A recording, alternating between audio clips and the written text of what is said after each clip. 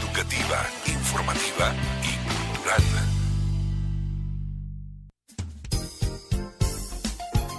SPR, su estación, para escuchar noticias, 13 horas en París, música. Puedo decirte que soy un ángel para el amor. Y mucho más.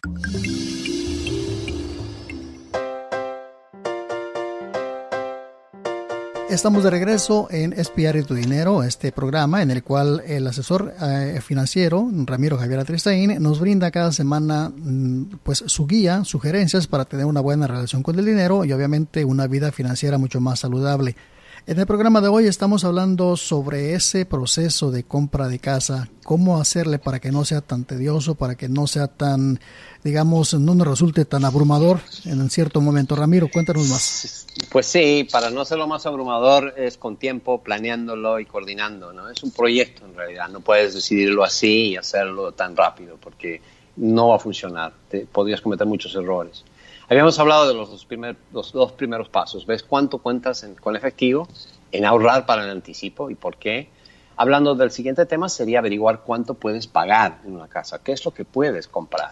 Entonces, una buena regla general para asegurarse de que no vas a gastar más del 28% de tu ingreso bruto en una vivienda de un mes determinado es que tengas en cuenta que los pagos mensuales abarca más que solo la hipoteca, ¿no? Porque vas a tener que pagar los intereses, obviamente, que están incluidos en la hipoteca, pero los impuestos sobre la propiedad y el seguro de la casa. Entonces, lo recomendable es que sea un 28%, quizás máximo al 30%, pero quédate y usa como margen del 28% de tu ingreso bruto que sea dedicado a estos tres elementos. La hipoteca, que incluye el interés y el principal, el seguro del hogar y los impuestos, porque así vas a tener algo más manejable. Si te pasas de eso, pues estás pidiendo que en el futuro sea más arriesgada tu condición, ¿no? Porque una vez que determinas tu presupuesto, ya es mucho más fácil trabajar, esto es lo que quiero una casa de X, ¿no? Porque si quieres una casa de 1 millón, entonces ya sabes cuánto tienes que tener de anticipo y cuánto te costaría también, ¿no? Entonces, no quieres ponerte en una situación en la que compras más casa de lo que puedes pagar. Y lo recalco, no te pongas en una situación en la que compras más casa de lo que puedes pagar. Porque el banco no se preocupa tanto de si tiende a ver si puedes pagar la casa, porque les interesa que la pagues. Pero a veces ellos no saben de toda la información qué puede pasar y si tienes todo cubierto. Y si hay algo que no tienes cubierto te puede afectar y no vas a tener todo el dinero para pagar esa casa. Entonces, por eso esto depende mucho de ti. La cuarta cosa es realmente establecer un fondo de emergencia. Habíamos hablado, y siempre lo digo, que es bueno tener un fondo de emergencia por si pasa algo, pero acá tienes que tener ese fondo de emergencia o algo donde esté dedicado a los gastos de la casa, porque siempre es importante desde el punto de vista de planificación financiera más amplio, por supuesto, que tengas este fondo de emergencia, porque es muy importante, quiero decir, para los propietarios de casa, que tengan esto, porque van a tener que hacer frentes. Y aquí vienen las sorpresas a largo plazo. De repente hay un problema con el techo. De repente algún electrodoméstico se daña. O hay reparaciones. Y a veces estas reparaciones pueden ser costosas. Entonces creo que esto hay que considerarlo. De que al año vas a tener algunos arreglos de mantenimiento. Es importante saber y considerar esto. Y que no te sean y te completamente te descuadren de tu presupuesto. Porque, por ejemplo, si alquilas una casa, un piso, un condominio, un departamento, puedes llamar al propietario y él que venga y te arregle. Es parte de lo que estás pagando en tu alquiler, ¿no? Que si se rompe la lavadora, pues él o ella va a venir y te tiene que solucionar eso porque le estás pagando el alquiler. Pero en el caso de que cuando tienes una casa, no, ¿a quién vas a llamar? Tú tienes que pagar y solventar eso. Entonces, eso significa que tienes que tener una cantidad. Y es recomendable que tengas, yo diría, y lo voy a hacer de forma conservadora, de 3 a 6 meses de gastos cotidianos escondidos por ahí, ¿no? O sea, escondido un dinerito para todas tus emergencias. Y esto de la casa es importante, ¿no? Porque esto significa que podrías gastar, no sé, una cantidad que tiene que, si piensas que puede ser, y pasa algo, se daña, digamos, no sé, la máquina de la calefacción. Esas reparaciones son costosas. Tendrías que pagar de golpe, quién sabe, $1,000, $2,000, $3,000, $4,000. Y vas a tener que tener algo más que eso para pagar. Si piensas que la tarjeta de crédito es la solución, no es la mejor solución, aunque quizás te pueda sacar de apuros, pero vas a terminar pagando un interés muy alto, si ese es el caso, ¿no? El siguiente paso es prepararse para las otras sorpresas que van a venir. Y aquí estamos hablando de más sorpresas, y ahora me refiero a las sorpresas del pago inicial, porque no es el único factor que es necesario que debas presupuestar. Porque comprar una casa incluye gastos como impuestos de la propiedad, o sea, los impuestos que se debían hasta la fecha o los que vas a tener que pagar ese año. Y eso lo vas a tener que depositar, ¿no? Porque esa es normalmente una parte de la transacción, porque tienes que pagar, ya que nadie necesariamente compra la casa el primer día donde empieza el año de imponible, no. Uno compra la casa en la fecha que más te conviene y no es necesariamente la fecha donde se cobran o acaban de pagarse los impuestos de esa casa. Entonces, para que cubra sus impuestos del dueño anterior, quizás te deje un depósito para terminar de pagarlos, porque la casa hasta esa fecha, pero a partir de esa fecha es tu casa, entonces tú debes los impuestos, vas a tener que eso tener o depositado o ver la manera de que el banco te mantenga una cuenta donde depositas eso también, ¿no? Entonces, como dije, el pago inicial, no el de anticipo, no es el único gasto que hay que tener listo para pagar. Después hay el seguro. El seguro, como hemos dicho, tienes que tener un seguro de tu casa. Ahora, los costos del cierre, de la transacción misma, el título, de la transacción, de los documentos que se mandan al Estado o al condado. ¿Y qué tal los costos de mudanza y los de mantenimiento? Porque de repente te mudas a una casa, a menos que sea recién construida, va a haber siempre algo que arreglar, que no lo había visto el inspector de propiedad o de evaluador o el catador o lo que sea. Entonces tienes que quizás ver que puedas tener para cubrir eso. Entonces, dependiendo de dónde viva, en qué parte, en qué estado, etcétera, hay que averiguar qué es lo que la ciudad o el estado evalúa en base a impuestos, ¿no? De propiedad. Entonces, tener una idea también.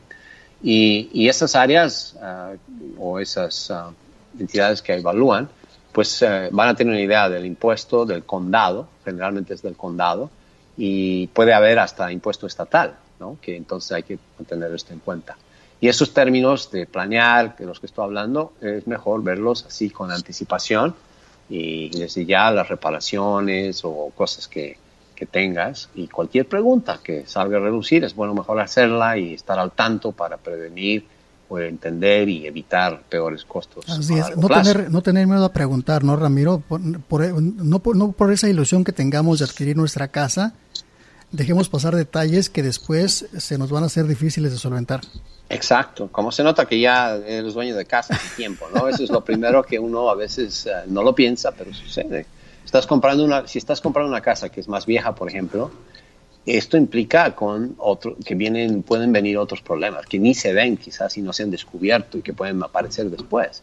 Entonces, ahí, por ejemplo, uno de los típicos en esta zona del país es por el frío, el aislamiento. Si la compras en el verano no vas a ver qué tan aislada está de la intemperie del frío, por ejemplo. Ese puede ser un costo que no te lo has supuesto que tendrías que tener para el invierno, ¿no?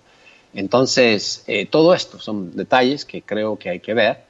Y en realidad, si lo ves financieramente, pues el costo de las reparaciones, mantenimiento, puede representar entre 10 o 20% del precio de la vivienda, si es una casa vieja, ¿no? Entonces, ¿qué quiere decir? Que a través de los siguientes años, esto es lo adicional que vas a tener que gastar en tener la casa al día, digamos, ¿no? Pero, Ramiro, también hay una cosa. Por ejemplo, si estamos hablando de cuando quieres comprar tu casa y quieres ya dejar de rentar. Pero si tú rentas una vivienda, estos costos que tú mencionas en los que incurre cualquier dueño de casa, te los pasa a ti como inquilino. Entonces, por supuesto. Pero la diferencia es que te está pasando un costo fijo. O sea, tú sabes cuánto vas a pagar al alquiler. No te va a decir este mes es tanto y al próximo es más. No, estás pagando un costo fijo. Entonces, por lo menos sabes a qué atenerte en cuanto a tu presupuesto. En el caso de una casa, tú eres el propietario. Pues ahí no, porque si sucede algo, como dije, se daña la calefacción justo antes del verano, y esto siempre sucede, o el aire acondicionado cuando empieza el verano, ¿qué vas a hacer? ¿No puedes esperar? ¿O qué tienes que hacer? Tienes que solucionarlo, ¿no? Porque eventualmente te va a ser mayor problema para tu familia, para ti, etc. Entonces, por eso digo que uno tiene que en cierta manera estar preparado para las sorpresas, porque el momento que estés listo para cerrar, por ejemplo, la transacción de la compra de una casa, por lo menos tienes una idea de que estas son cosas que vas a tener que asumir. y porque hay otros costos también en el cierre mismo. En el cierre mismo, por ejemplo, los costos de tasación de la casa, los costos de abogados. Los abogados cobran por su trabajo de revisar esto. El seguro de título es otro costo. Puede ser un total de por lo menos o alrededor, dependiendo del valor, de unos 5% de todo. Oye, Ramiro, pues se nos termina el tiempo por el programa de hoy. Bueno, deja mencionar los tres otros temas que los podríamos por lo menos mencionar. Otro es que la idea es que obtengas una preaprobación para tu hipoteca. O sea, ve al banco y consigue preaprobación, así estás más dispuesto y listo para comprar. La otra había mencionado, vea y conoce y compara vecindarios. ¿Cuál te conviene más? En un tema clave en el vecindario, si tienes niños, es el nivel, la calidad de la escuela a la cual tus niños van a ir. De eso depende mucho el valor de las casas en cada vecindario. Y por último, pues siempre es bueno en la negociación de cerrar la casa tener un proceso que sea lo más fácil posible. Entonces no hagas una oferta que sea una oferta desesperada por cerrar y terminar. No, piensa con calma, hazlo hasta asesorar y hazlo de una manera cuando estés listo para hacer la oferta del precio dentro de tu presupuesto. Entonces esas son mis recomendaciones cuando estás pensando ya has hecho lo primero que hemos hablado en el podcast, en el episodio anterior, y ahora para hacer tu compra y adquirir tu casa. Muy bien, pues amigos, los invitamos también a escuchar todos los podcasts de Espiar Tu Dinero que tenemos para ustedes en www.spanishpublicradio.org. Allí van a encontrar desde cómo hacer un presupuesto semanal, mensual, desde cómo ahorrar para enviar a los niños a la escuela, en fin, toda una serie de temas que ya están en podcast en nuestro portal de internet para que ustedes los escuchen. Allá hay muchísima información. Y también si tienen alguna pregunta pueden dejárnosla o tienen algún tema que quisieran que tratáramos en este programa, pueden hacerlo dejándonos un mensaje en nuestra cuenta de Facebook y Twitter. Estamos como SPR-radio, o también pueden hacérsela directamente a Ramiro. ¿A qué dirección, Ramiro? Sí, pues muy bien. A mí me pueden encontrar en medios sociales, en @turelacionconeldinero o a mi correo ramiro@tristainadvisors.com. Entonces, amigos, me despido. Este fue un espacio de temas financieros para que mejoren su relación con el dinero. Muchas gracias y, bueno, pueden escribirme, mandar sugerencias, comentarios y preguntas y también puedo asesorarlos con temas financieros. Gracias. Muy bien, amigos, entonces será hasta el próximo Espiar Tu Dinero aquí en Spanish Public Radio.